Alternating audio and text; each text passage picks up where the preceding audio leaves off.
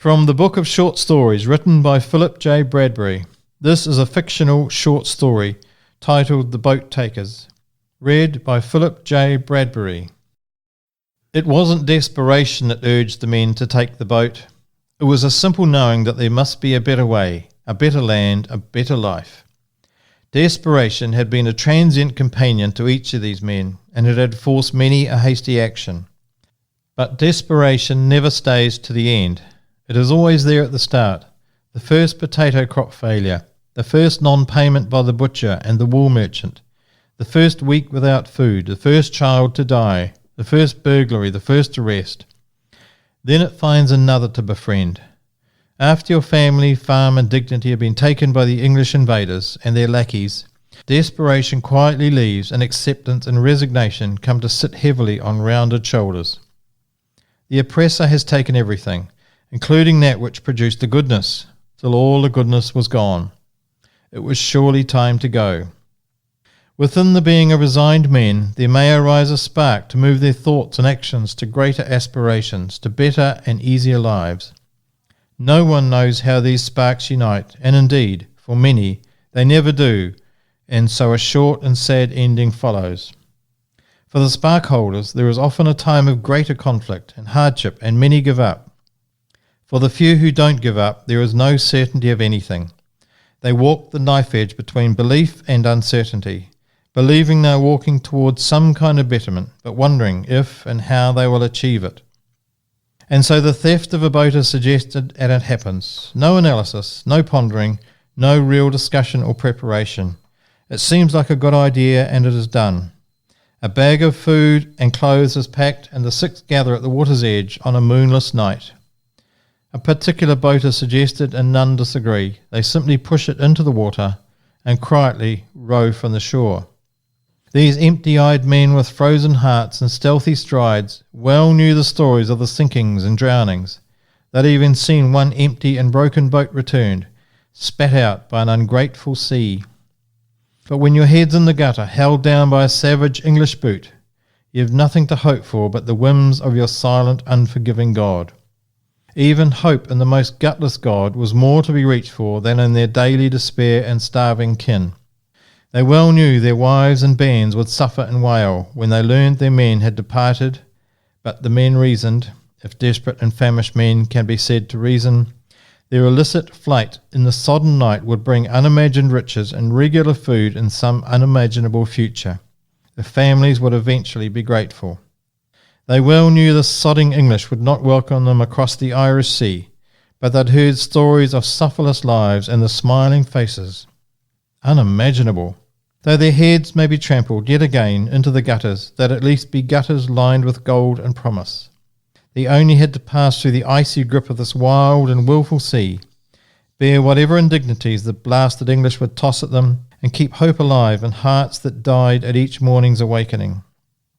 Any one of them could have slipped, hurt themselves, or accidentally made a noise, but somehow they were quick and silent as they needed to be. Their desperation lent them stealth, and on their wings of panic they flew. They upturned the boat, carried it to the water, climbed in, and were rowing from the shore before any of them had a moment to reflect on their actions. As one creature, with six warming bodies, they bent to the one thing that took them from fear to relief, being far from the shore as soon as possible. Only after they realized they had accomplished their first objective, off the land of their dreadful lives, did their animal instincts of flight relax and the human thoughts intrude. As their oars dipped near silently into the water, the boat rocked awkwardly. They kept rowing and quickly developed a rhythm as will pendulum clocks in the same room. The panic of getting away, of being spotted or heard, and of being returned to a worse peril than they had lived to date slowly gave rise, with each oar stroke, to an excitement and a realization that their months of dreaming had come to fruition. As the possibility of real freedom, so different from imagined freedom, grew, minds relaxed a little, though the sea did not. Though oars kept plying the water, now rising against them with quiet strength, the focus of mind was able to move from what needed to be done, second by second, to what had been done and the consequences of that. Our minds move our bodies, and so the white-knuckle grip on oars relaxed slightly. One of the men, Sean, thought of a poignant moment of home and touched the rough fabric slung over his shoulder and the crude pocket in which his special charm was kept. As his hand swept up from and back to the oar for reassurance, the wooden piece flew out of the pocket. "Oh, hell," he said in a loud whisper, and immediately regretted his outburst. He imagined his voice carrying itself quickly across the flat water to the fat guard, snoring in his box above the upturned boats. His exclamation would waken the guard, who would sit up and waddle out with the lighted taper and discover the boat missing. Their flight to safety would be over before it had begun, all because of his impulsive outburst. His friend beside him, Kieran, quickly patted his shoulder, and Sean's eyes, now used to the darkness, saw Kieran's gentle smile. "Don't worry, my friend," Kieran was saying with his silent nod. "Just keep rowing now."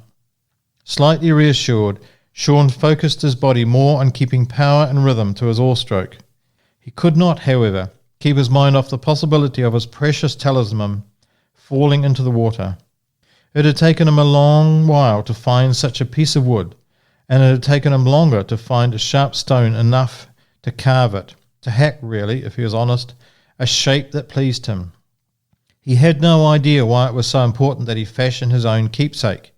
Maybe it just helped to take his mind off the pain and drudgery of a life he had been cast into. Whatever the reason, he had carried the piece of wood and chipping stone for over a year, and when he was happy with the shape, his wooden friend for yet another year. Even in the worst of times and the worst of lies, there lives the creative spark, that desire to create something meaningful.